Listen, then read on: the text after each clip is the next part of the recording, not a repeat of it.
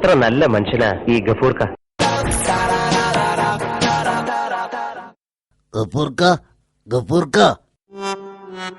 അല്ലോ ആരാണ്ടെങ്കി ഞാനാ സുന്ദരൻ. പേടിച്ചു പോയി.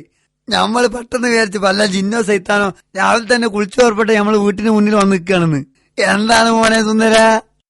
എനിക്ക് കല്യാണം ഉണ്ട്. പടച്ചോനെ, എനക്കും പെണ്ണ് കിട്ടിയോ? ആരാ മോനെ ഭാഗ്യവതി? എപ്പോഴാണ് കല്യാണം? വരുന്ന 18-ന്. ഇല്ലിക്കണ കത്തിച്ച പോലുള്ള എനക്ക് വരെ പെണ്ണ് കിട്ടി.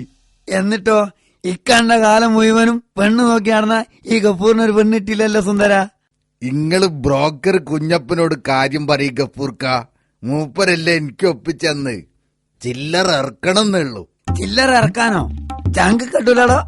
ഇയാളെ പുളിച്ച തമാശ. പൈസ ഇറക്കിയ സംഗതി നടക്കും. ഓക്കെ, ഈ അവനോട് വരാൻ പറ.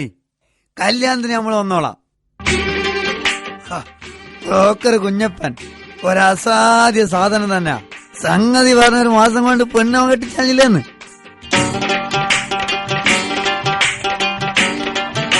മോളെ പാല് തൂകല്ലേ? മേൽമേലെ പാലാണ്. ലിറ്ററിന് നാട്ടിലില്ലാത്ത പൈസയാണ്. ഇരിക്കും എന്റെ സൂറാബിയേ. നമ്മൾ ആദ്യത്തെ കൺമണി അന്നെ പോലുള്ള ഒരു മഞ്ചത്തി പെൺകുട്ടി അയക്കണം. മാണ്ടാന്ന്, ഞമ്മക്ക് ആൺകുട്ടീനെ ഇഷ്ടം. മാണ്ട, പെൺകുട്ടി മതി. ആദ്യത്തെ കൺമണി പെണ്ണായിരിക്കണം.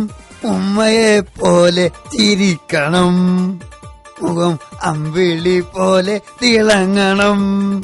മാണ്ടാന്ന്, ആദ്യത്തെ കൺമണി ആണായിരിക്കണം. ബാപ്പയെ പോലെ ചിരിക്കണം. സൂറാവിയെ, കറണ്ട് ചാർജ് കൂടിയാണ്. Light off ആക്കട്ടെ.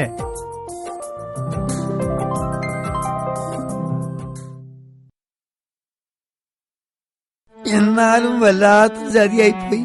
ഇനിയിപ്പൊ എന്താക്കാനാ? സഹിക്കന്നെ. ആണാവണോന്ന് നീ പറഞ്ഞു, പെണ്ണാവണോന്ന് ഞാനും പറഞ്ഞു. പറച്ചോ, നമ്മൾ രണ്ടാളും പറഞ്ഞത് കേൾക്കുകയും ചെയ്ത്. കണ്ടില്ലേ നമ്മൾ ആദ്യത്തെ കൺമണിന്റെ കോലം?